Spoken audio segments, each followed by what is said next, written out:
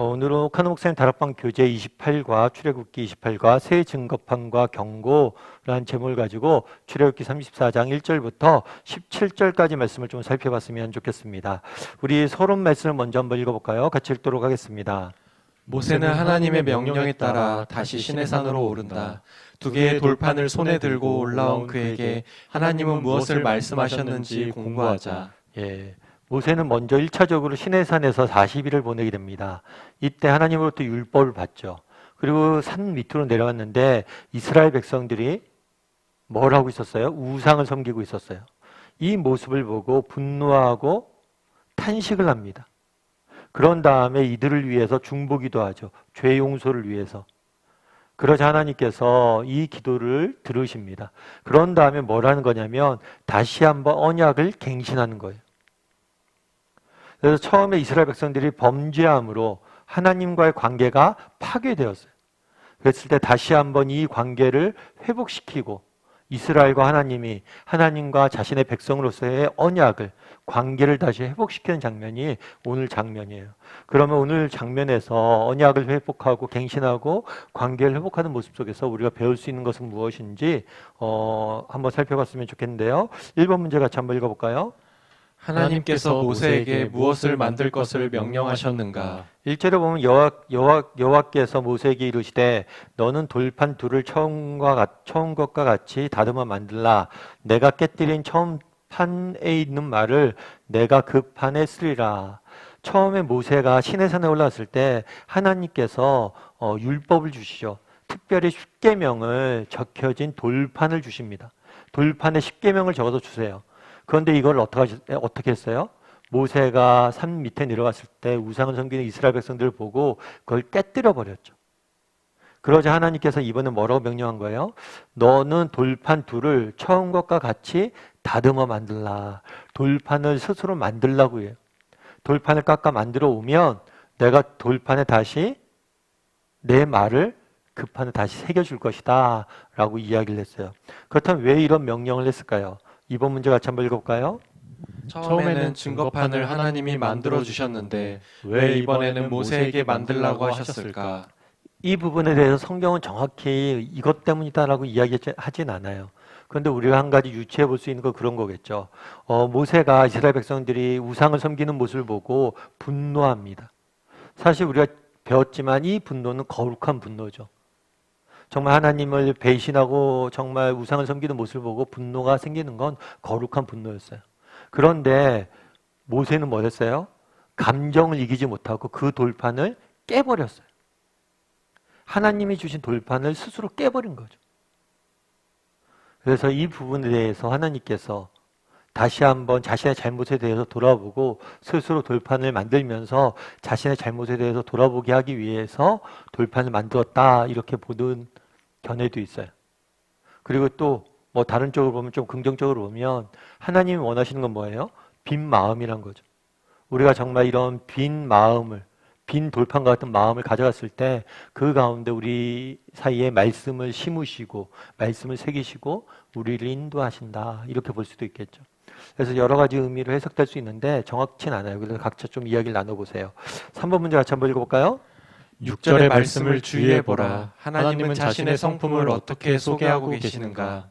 6절에 보면 이렇게 되어 있죠. 여호와께서 그의 앞으로 지나가시며 선포하시되 여호와라 자비롭고 은혜롭고 노하기를 더디하고 인자와 긍휼이 많은 하나님이시라 라고 이야기를 합니다. 그래서 모세가 그랬죠. 하나님 앞에 하나님께서 내가 너희와 함께 할 것이다 그랬더니 하나님이 모세가 하나님께 요구합니다. 뭘 요구하냐면 영광을 보여달라고. 그러자 하나님께서 뭘 했어요? 그 앞에 지나가시다. 이 지나가시다는 것은 하나님의 임재를 표현한 단어예요. 하나님께서 실제로 임재하셨고 영광 가운데 실제로 임재하셨어요. 영광을 본 거죠, 모세가. 그런데 이 앞을 지나가시면서 모세 앞을 지나가면서 뭘 했냐면 자신의 이름을 선포했어요. 이름을 선포했어요. 지난 시간에도 배웠지만 우리가 누군가와 가끔 그런 경우가 있죠. 집사님 저랑 아무개 씨 저랑 통성명합시다. 통성명한다는 것, 이름을 서로 주고받는다는 건 뭐예요? 관계를 맺고 회복한다는 거예요. 그래서 단순히 이름이 선포되어지고 이름을 안다는 것은 그냥 호칭을 안다는 개념이 아니에요. 관계가 깊어지고 관계가 회복된다는 거예요. 그러니까 모세 앞에서 하나님이 지나가시고 임재하시고 이름을 알려주신 것, 다시 한번 선포하신 건 뭐냐? 그 이름을 통해서 이스라엘 백성들과 함께 다시 관계가 회복되었다는 것을 상징하고 보여주는 거예요. 그런데 하나님이 자신에 대해서 어떻게 설명하고 있냐면 이렇게 설명하고 있어요. 자비롭고 은혜롭고 노하기를 더디하고 인자와 진실이 많으신 하나님이시다. 하나님에 대해서 네 가지 속성을 이야기하고 있어요. 먼저 자비롭다. 이 자비롭다는 단어는 어떤 단어와 비슷하냐면 모성애와 같은 단어예요. 부모가 자녀를 불쌍히 여기듯이 우리를 불쌍히 여긴다는 거죠. 그러니까 하나님과 우리의 관계가 마치 어머니와 아들과 부모와 자녀와의 관계로 회복되었다는 걸 보여주는 거예요. 그리고 그런 부모의 사랑을 우리를 사랑한다는 거죠. 은혜롭다는 건 뭐예요? 일방성이 강조된 거예요. 우리가 자격이 없지만, 우리가 어떤 자격을 갖추지 않았지만 일방적으로 하나님께서 우리에게 베푸시는 호의, 배려, 이런 것이 은혜거든요. 그래서 하나님께서 우리를 부모의, 아비의 심정으로 우리를 사랑하는데 이 사랑의 근거는 뭐예요? 그냥 부모가 되었기 때문에 내리사랑처럼 그저 우리가 잘하고 못한 간에 우리를 사랑하신다는 거예요. 그리고 노하기를 더디하신다. 이건 뭐 오래 참으신다라는 의미겠죠. 그런데 이 표현이 좀 재밌어요. 왜 재밌냐면 히브리 원어로 보면 큰 코를 가졌다라는 의미예요. 그럼 왜 큰 코를 가졌다는 의미라고 할까요? 히브리 사람들은 그렇게 생각했어요. 화가 나면 코에 열기가 생긴다고 그랬어요. 그러니까 화가 날수록 코가 열기가 있는 거죠. 그래서 코가 클수록 화를 잘 참는다고 생각을 했던 거예요. 그래서 하나님께서는 정말 우리로 하여금 정말 우리가 범죄하거나 이랬을 때, 우리가 잘못했을 때 오래 우리를 참으신다는 거예요. 뿐만 아니라 인자와 진실이 많으시다. 이 인자와 진실이 많으시다는 신실하다라는 표현이기도 해요. 다르게 말하면 하나님은 약속을 반드시 지키시는 분이시다. 그래서 하나님은 자신의 이름을 소개하면서 자신이 어떤 분이신지 설명한 거예요. 나는 너희를 부모의 심정을 사랑하고 너희에게 일방적으로 은혜를 베풀며 너희에 대해서 오래 참고 내가 내가 한 약속은 반드시 지키는 분이다. 난 진실한 분이다. 라고 하나님께서 선포하신 거죠. 이 네 가지 하나님의 속성은 정말 하나님의 본질적인 속성이고 또 우리 가운데 가장 하나님이 우리를 베푸시는, 우리와 관계를 맺을 때 갖는 속성이기도 한 거예요. 4번 문제 같이 한번 읽어볼까요? 하나님의 자비하시고 노하기를 더디하시는 은혜는 7절에서 어떻게 나타나 있는가? 네, 뭐라고 되어 있냐면 인자하심을, 자비를 천대까지 베풀어요. 천대까지. 엄청 긴 시간을 베푼다는 거예요. 그리고 악과 과실과 죄를 뭐예요? 용서하신다. 하나님은 자비하시고 노하기를 더디하셔서 우리가 죄를 지었을 때 정말 우리의 죄를 용서하시고 천대까지 자비를 베푸신다는 거예요. 그러나 벌을 면제하지는 아니하고 아버지의 악행을 자손의 3, 4대까지 보응하리라 라고 이야기해요. 좀 말이 이상하죠. 앞부분은 하나님은 자비롭고 사랑이 많아서 우리를 용서한다고 했는데 뒤에 부분은 뭐라고 그래요? 하나님은 죄인을 벌하셔서 3, 4대까지 보응하신다. 이렇게 이야기해요. 앞뒤가 안 맞는 것 같아요. 그런데 이것은 하나님의 가장 중요한 속성 두 가지를 나타냅니다. 그건 뭐냐면 사랑과 인자, 자비와 그리고 공의예요. 정의예요. 하나님은 정의로운 분이에요. 여러분 만약에 하나님이 정의롭지 않다면 어떻게 될까요? 여러분 우리 대통령 선거를 최근에 했잖아요. 대통령 선거할 때 왜 대통령 선거에 하게 되면서 많은 사람들이 이렇게 주목을 내요? 그리고 많은 사람들이 대통령 선거 때문에 이야기를 하고 어떤 집은 그러더라고요. 부모와 자녀와의 관계가 이제 서로 정치적 입장이 다른 거죠. 그러다 보면 부모 자녀와의 관계도 소원해지고 아니 이게 무슨 일이라고 이렇게 부모와 자녀의 관계가 소원해질 정도로 중요시 여겨요? 그만큼 뭐라냐면 좋은 대통령을 뽑는 건 중요한 거예요. 왜요? 대통령이 일국의 지도자가 불의한 사람이고 정말 일국의 지도자가 나쁜 사람이라면 우리나라는 소망이 없기 때문이에요. 일국의 대통령도 그런데 정말 이 세상을 다스리는 하나님께서 불의한 사람이다. 정의로운 사람이 아니다. 악인을 가만히 두고 악한 분이시다. 그럼 어떻게 그런 하나님을 섬겨요? 정말 하나님께서 정의롭지 않다면 우리는 하나님 믿을 필요가 없어요. 하나님은 공정하시고 정의로우셔야죠. 그래서 하나님 뭐예요? 반드시 악인에 대해서 뭐예요?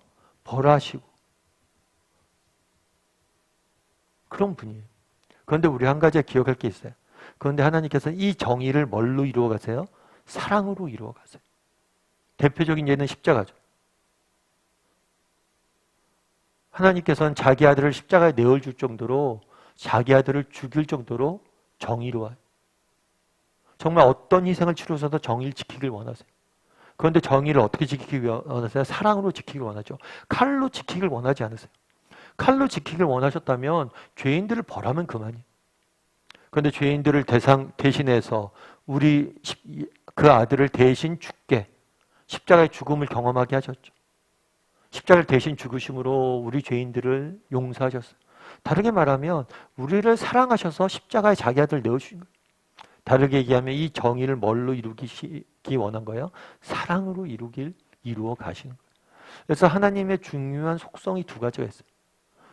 사랑과 정의. 그런데 이 두 가지는 정말 하나님이 우리에게 주신 선물이에요. 이 두 가지 중에 하나라도 없다면 우리는 그런 하나님을 섬길 수가 없어요. 정의롭지 않은 하나님을 섬길 수 있나요? 사랑이 없는 하나님을 섬길 수 있나요?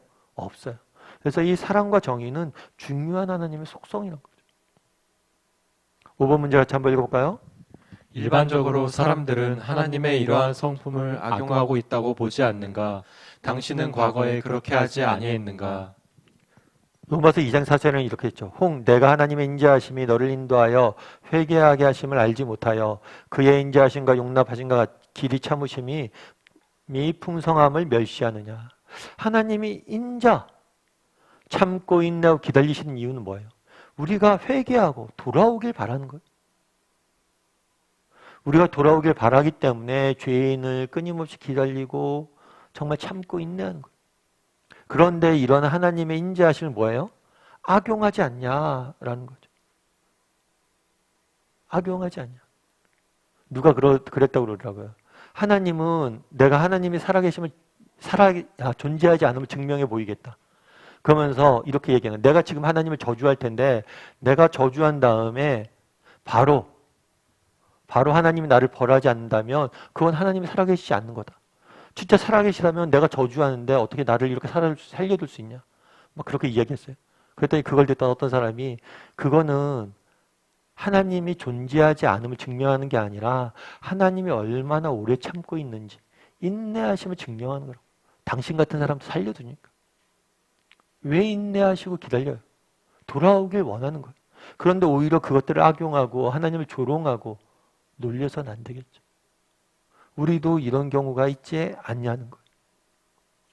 물론 우리 중에 막 이런 하나님의 인자하심, 오래 참으심을 악용하는 경우들은 없죠. 그런데도 불구하고 뭐예요? 돌아가야죠. 빨리 돌아가야죠. 우리 가끔 어른들이 그런 얘기 했잖아요. 야, 매 맞기 전에 돌아와라. 매 맞은 다음에 돌아가는 경우들이 많죠. 근데 매 맞기 전에 돌아가야죠. 그런데 하나님께서 우리를 기다리고 있는데 그거를 기억하지 않고 뭐예요? 돌아가지 못하는 거죠. 저도 그랬던 것 같아요. 대학 시절에 고등학교 때까지 중고등학교 교회 잘 다니다가 대학교 때 교회 안 다녔죠. 그때 진짜 정신없이 살았던 것 같아요. 그건 나중에 돌아보면 하나님께서 그때 얼마나 참고 인내하고 기다리셨을까. 빨리 돌아왔어야 되는데.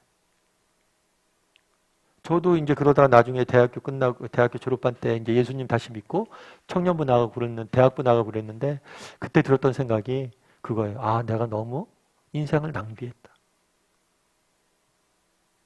우리도 한번 이렇게 점검해 볼 필요가 있죠. 우리도 하나님의 이런 인자하심을 오해해서 빨리 회개하고 돌아가야 되는데 그냥 세상의 삶에 그냥 좋아서 세상 속에 머물러 있고 살아가고 있진 않은지 한번 점검해 보면 필요할 것 같아요. 여러분 그런 이야기를 해요. 어떤 이야기를 하냐면 여기 나무가 있잖아요. 나무가 있으면 못을 박아요. 그러면 이 못을 뺍니다. 못은 빼요. 그런데 여기 뭐가 남아있어요? 자국이 남아있어요. 이게 죄가 이런 거예요. 우리 하나님께서는 인자하세요. 그래서 우리의 잘못을 용서해 주세요. 다 빼주세요. 하지만 흔적과 아픔이 남아있잖아요. 그런 걸 온통 우리 인생에 남겨놓으면 안 되잖아요.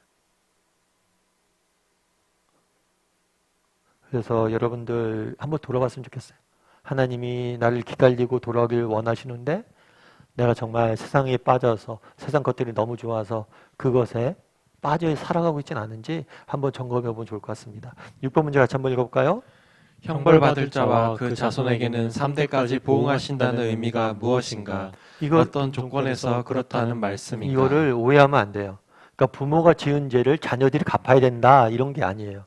에스겔에서는 이렇게 이야기하죠. 그런데 너희는 이르기를 아들이 어찌 아버지의 죄를 담당하지 아니하겠느냐 하는도다. 아들이 정의와 공의를 행하며 내 모든 율례를 지켜 행하였으면 그는 반드시 살려니와. 아들이 어찌 아버지의 죄를 담당하겠느냐라고 이야기하는데 아들이 정직히 살면 그들은 산다는 거예요. 그런데 범죄하는 그 영혼은 죽을지라. 그러니까 아들이 범죄하면 죽는 거고 정의를 하면 산다는 거예요. 아들은 아버지의 죄악을 뭐예요? 담당하지 않을 것이다. 그러면 그 부모의 죄를 3, 4대까지 보응하겠다라는 거 무엇을 의미해요? 이건 아까 얘기했던 것처럼 인자가 얼마나 큰지 보여주는 거예요. 인자는 몇 대요? 1000대. 그런데 잘못에 대해서는 3, 4대. 인자가 훨씬 많다는 걸 강조하기 위해서 그냥 대비적으로 보여준 말씀이에요.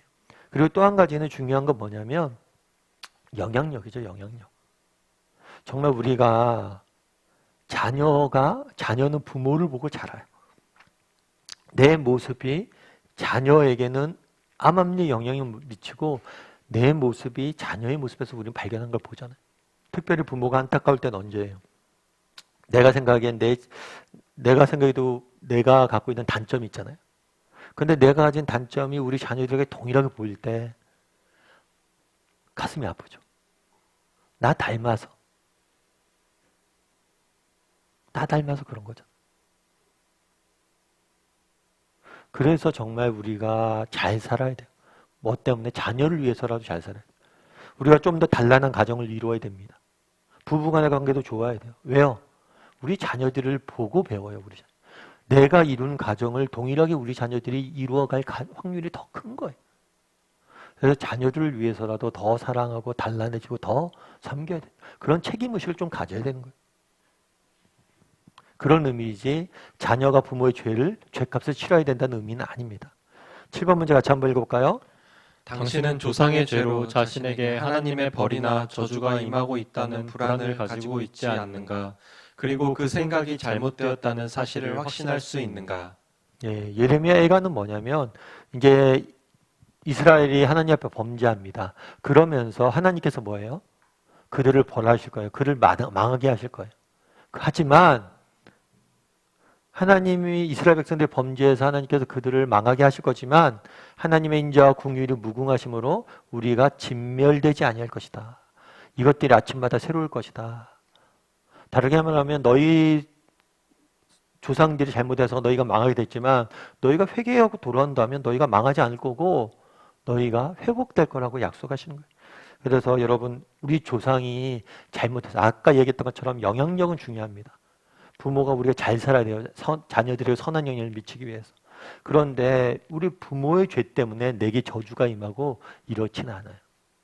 이 부분에 대해서 그래서 옛날에 뭐 그런 것도 있었어요. 책 제목에 가게에 흐르는 저주를 끊어라. 뭐 이런 책들도 있었는데 그런 건 없어요. 가게에 흐르는 저주 이런 건 없어요. 다만 부모의 영향력이 크기 때문에 부모가 잘 살아야 되고 정말 내 부모로부터 안 좋은 영향력은 안 받으려고 노력을 해야 되는 거죠. 8번 문제 같이 한번 읽어볼까요? 하나님은 이스라엘을 위해 무엇을 해주신다고 약속하는가? 네, 언약을 갱신하는 거예요. 다시 내가 너를 다시 나의 작손으로 백성으로 삼아주겠다. 그런데 이 언약은 두 당사자가 있죠. 두 당사자가 행해야 될 일이 있어요. 그 일은 뭐냐면 내가 오늘 내게 명령한 것을 삼가 지키라. 우리는 하나님의 말씀을 순종하고 지켜야 될 책임이 있어요. 그랬을 때 하나님께서 뭘 할 거라고요? 내가 내 앞서서 아모리 사람과 가나안 사람과 헷 사람과 브리아 사람과 히윗 사람을 쫓아내리니 네가 순종하면 내가 가나안 땅을 주겠다는 거예요. 그 당시에 땅은 하나님이 주시는 축복의 상징이에요. 단순히 땅만 준다는 게 아니라 축복을 준다는 거예요. 그래서 우리가 하나님 앞에 순종했을 때 하나님께서 뭐예요? 우리 인생을 지키고 보호하시고 인도하시고 우리 인생을 축복하실 거라는 약속을 주신 거죠. 그래서 우리가 해야 될 것은 뭐예요? 하나님의 말씀을 듣고 순종하는 거고, 우리가 순종했을 때 하나님께서 정말 우리를 지키고 보호하시고 축복하시겠다 약속하시면서 언약을 갱신한 거예요. 그러면서 또한 한 가지 조건을 다셨어요. 그건 뭐냐면 국어 문제가 잘 먼저 읽어볼까요? 한편 이스라엘은 무엇을 순종해야 하는가? 너는 스스로 삼가 내가 들어갈 땅의 주민과 언약을 세우지 마라. 약속을 세우지 말라는 거예요. 언약을 맺지 말라는 거예요. 약속을 맺지 말라는 거예요. 그것이 너희에게 올무가 될 거라 하노라. 너희는 도리어 그들의 제단돌을 헐고 그들의 주상을 깨뜨리고 그들의 아세라 상을 찍을지어다. 이스라엘 백성이 가나안 땅에 들어가잖아요. 그럼 가나안 땅 주민과 언약을 맺지 말라는 거예요. 그럼 왜 이렇게 언약을 맺지 말라고 했냐는 거예요. 우리가 한 가지 기억해야 될 것은 뭐냐면 그 당시 모든 언약은 당시 자신들이 섬기고 있는 신과 관련이 있습니다. 예를 들면 그런 거죠. 내가 당신과 이런 약속을 맺습니다. 그런데 내가 만약 어길 시에는 내가 믿는 신이 나를 벌할 것입니다. 각자의 신의 이름을 걸고 맹세를 하게 돼 있어요. 따라서 언약을 맺는다는 거, 약속을 한다는 건 뭐예요? 이런 종교적인 영향력들을 너희가 받는다는 거예요. 그래서 그래도 뒤에서 이야기하는 거죠. 그들의 제단을 헐라고 하는 게 가나안 사람들이 섬기는 신들을 섬기지 말라는 거예요. 그런 의미로 언약을 맺지 말라고 되어 있는 거죠. 10번 문제 같이 한번 읽어볼까요? 왜 이스라엘은 가나안 거민들과 관계를 맺어서는 안 되는가? 네, 앞서 얘기했던 것처럼 이렇게 되죠. 너는 삼가 그 땅의 주민과 언약을 세우지 말라. 그들이 모든 신을 음란하게 섬기며 그들의 신들에게 제물을 드리고 너를 청하면 내가 제물을 먹을까 함이라. 앞서 얘기했던 것처럼 이런 언약 자체가 어떤 종교적 배경을 가질 수밖에 없어요. 그 당시에는 대부분의 삶이 종교적 배경을 갖고 있었어요. 그래서 그들과 관계를 맺고 그들과 소통하다 보면 뭐예요? 그들의 종교적인 영향력을 받아서 너희가 그들이 섬기는 신을 섬기게 될까 두렵기 때문에. 그래서 이것은 관계를 맺지 말라는 건 뭐냐면 궁극적으로 정체성을 지키라는 거예요. 하나님의 백성이라는 정체성을 너희가 지키며 살라는 거예요. 정체성을 잃어버리면 안 된다는 거예요. 약속의 땅에 들어가서도 정체성을 잃어버리면 안 된다는 거죠. 11번 문제 같이 한번 읽어볼까요? 이스라엘이 가나안 거민을 선으로 교화시킬 가능성보다 거꾸로 가나안 사람이 이스라엘을 더럽힐 가능성을 더 높게 보고 엄하게 경고하시는 하나님의 명령에서 무엇을 깨달을 수 있는가? 고린도후서 15장 33절 34절에 이렇게 되어 있죠. 속지 말라. 악한 동무들은 선한 행실을 더럽히나니 깨어 의를 행하고 죄를 짓지 말라. 하나님을 알지 못한 자가 있기로 내가 너희를 부끄럽게 하기 위하여 말하노라. 속지 말라. 악한 동물은 선한 행실을 더럽히나니. 그럼 우리가 기억해야 돼요. 아까 이야기했던 것처럼 가나안 땅에 너희가 들어가서 정말 그들이 섬기는 신을 섬기고 그들에게 영향력을 받지 마라 라고 이야기했는데 우리도 마찬가지랄 거죠. 우리도 이 세상 속에 살아가잖아요. 그런데 우리가 이 세상 속에 살아갈 때 조심해야 될 게 있어요. 그건 뭐냐면 여러분 지피지기면 백전불태라는 말이 있죠. 나를 알고 적을 알면 우리가 위태롭지 않다. 100번 싸워도. 정말 세상의 이 영향력을 과소평가하면 안 돼요. 이 세상의 영향력은 정말 크고 놀라워요. 정말 밤낮 없이 연구하고 우리를 믿는 사람들 쓰러뜨리려고 노력하는 거예요. 그래서 이 세상의 영향력을 절대 과소평가하면 안 되는 거예요. 그래서 그날에 왜 가나안 거민들과 언약을 맺지 말라고 그러냐. 아니 뭐 그냥 그들과 좀 친하게 지내면 안 돼? 어차피 뭐 이웃이고 그러니까 좀 친하게 지내면 안 돼? 그런데 그들과 그렇게 친하게 지내는 것, 뭐 우리가 세상 속에 살다 보면 세상 사람들과 관계를 안 맺고 살 수는 없잖아요. 그런데 다만 조심할 게 뭐냐면 그들의 영향력을, 세상의 영향력을 너희가 무시하면 안 된다는 거예요. 그들은 끊임없이 우리에게 세상의 가치관과 세상의 논리와 세상의 그런 것들로 우리를 유혹하고 그리스도인들을 넘어뜨리려고 한다는 거예요. 이 부분에 대해서 너희가 조심하는 거죠. 그래서 우리도 한번 점검해 봐야 돼요. 난 정말 세상의 무서움을 알고 있는가? 경각심 없이 저는 그렇게 생각해요. 세상 사람들과 어울리고 그들과 관계 맺고 나쁜 게 아니에요. 그런데 그런 거 있잖아요. 아무 생각 없이 어울리면 안 돼요. 정말 우리가 왜 세상 사람들과 관계를 맺고 우리가 세상 사람들과 관계를 맺고 지내야 됩니까? 했을 때 우리가 선한 영향력을 미치기 위해서 소명을 위해서 그러는 거지. 우리가 그들에게 악한 영향력을 받고 그들이 악해지는 걸 더 돕고 같이 어울려 지내라고 있는 건 아니죠. 같이 악을 즐기라고 세상 사람들과 교제하는 건 아니죠. 그래서 정말 세상이 한번 점검해 보세요. 나는 정말 세상이 이렇게 정말 뭐라고 할까? 이렇게 강한 세상의 영향력들에 대해서 무시하고 그렇게 살아가는 사람은 아닌지 그걸 분명히 인식하고 있는지. 그래서 12번 문제가 이렇게 돼 있죠. 같이 한번 읽어볼까요? 당신은 세상 사람들을 접촉하면서 악의 전염성을 너무 과소평가하다가 크게 당한 일은 없는가? 예, 여러분 한번 점검해 보세요. 세상 사람들과 이렇게 하다가 과소평가하다가 이렇게 된 적은 없는지.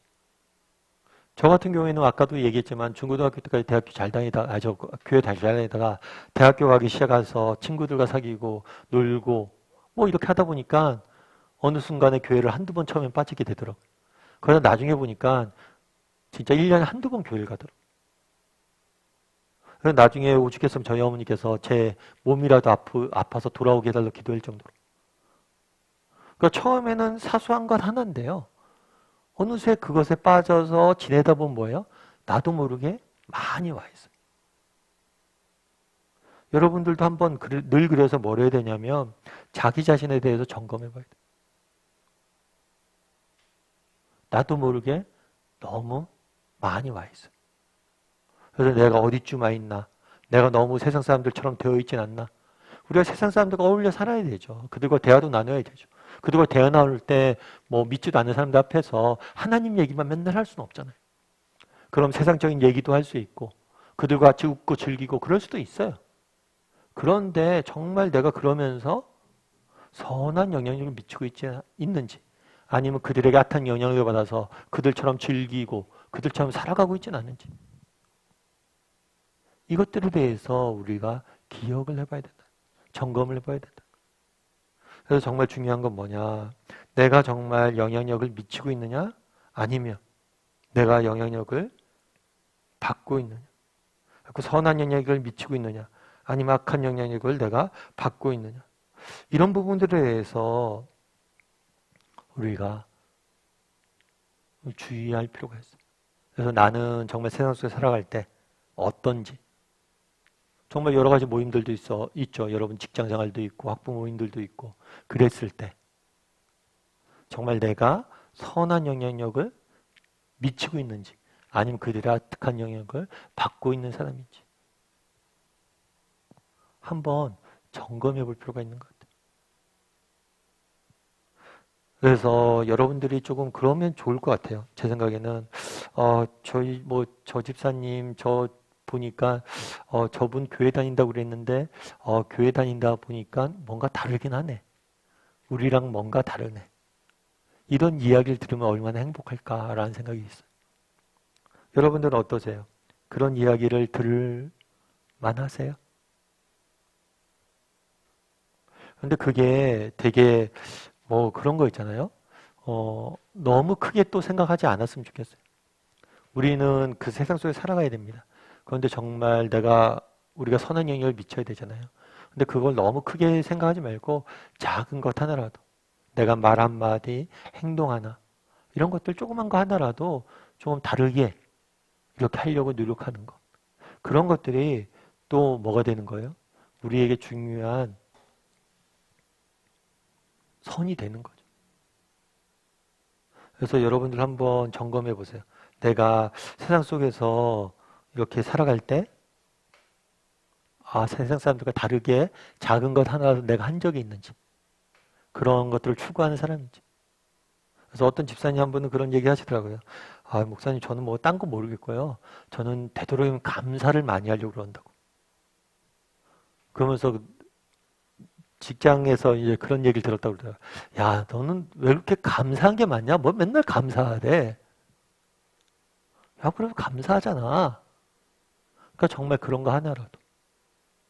야, 저 사람 참 감사가 많네. 뭐 입만 열면 감사야. 그리고 뭐 저 사람은 그래도 믿는 사람이라 그런지 몰라도 모든 걸 긍정적으로 보려고 그러네. 그리고 또 뭐 그런 것도 있을 수 있죠. 참 저 집사님은 걱정도 안 되나 봐. 우리 아이 이제 고3 되고 그러는데 걱정도 별로 안 하는 것 같아.